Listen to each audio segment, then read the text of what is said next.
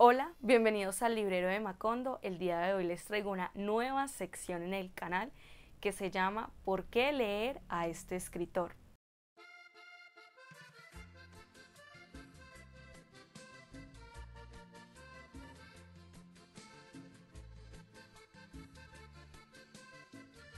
El escritor que les traigo para esta sección es Carmen Cecilia Suárez, pero primero les voy a contar por qué decidí abrir esta sección en el canal. Lo hice porque existen escritores que tienen poquitas obras o que no son tan conocidos y que me han gustado, y como es el caso de la que les traigo hoy. Entonces quiero hacer en esta sección para hacer unos videos no tan largos como una reseña, para presentarles a un autor y darles las razones por las cuales deberían acercarse a su obra.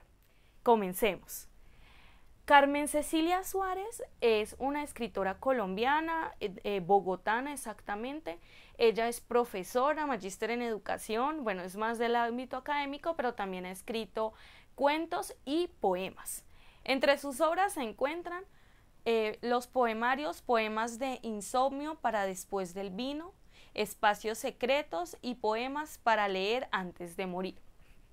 Yo les voy a presentar las recopilaciones de cuentos, que es el séptimo ciclo, Un vestido rojo para bailar boleros y Cuento de amor en 5 actos, que son los que yo leí. ¿Cómo conocí a esta autora así rápidamente? Pues la verdad la conocí por mi esposo, porque él encontró sus obras en algunas de sus recopilaciones de cuentos en una librería de segunda mano, y cuando yo lo conocí a él me presentó esa autora y me leyó algunos cuentos así como en plan coqueto, para que vean estrategias de conquista. Las razones para leer a Carmen Cecilia Suárez: la primera es los temas que trata, y para esto les voy a presentar la primera recopilación de cuentos de ella, que se llama Un vestido rojo para bailar boleros. Y es que es el erotismo, el deseo, el amor, pero desde una perspectiva femenina. Pero como lo dice el prólogo de este libro, no es una perspectiva feminista, no es porque una mujer escriba ya se considere feminista, no. Y yo siento que eso pasa con estos cuentos. Es el deseo desde una perspectiva femenina, porque son las mujeres, las voces de las mujeres las que nos presentan estos cuentos, pero también es una experiencia humana.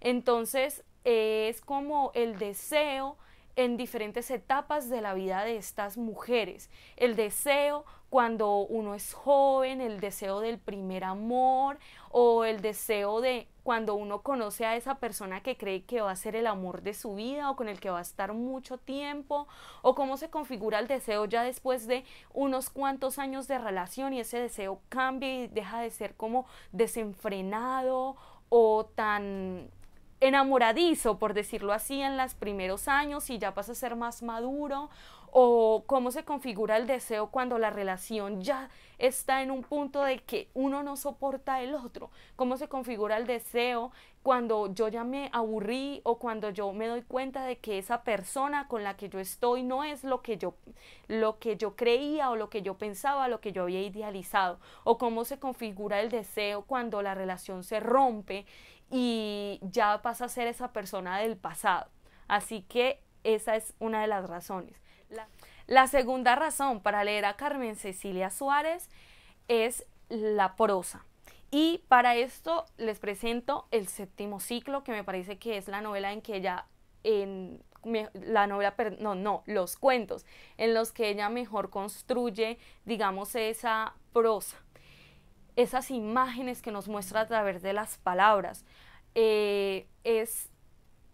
¿Cómo decirlo? Ella te construye todo un escenario, te muestra las relaciones, por decirlo así, te muestra el sexo sin nombrar las cosas directamente. Es como ese erotismo o ese deseo de lo no dicho. Y por eso me gusta tanto, porque no es una autora que hable del sexo desde una manera grotesca o dura, no.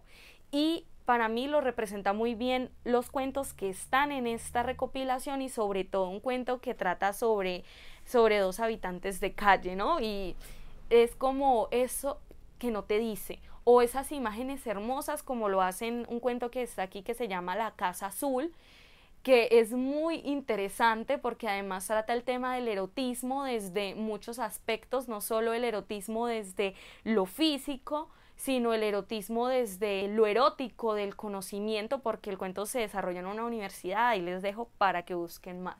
Es por su prosa y la manera en que trata la sexualidad que deberían leer a Carmen Cecilia.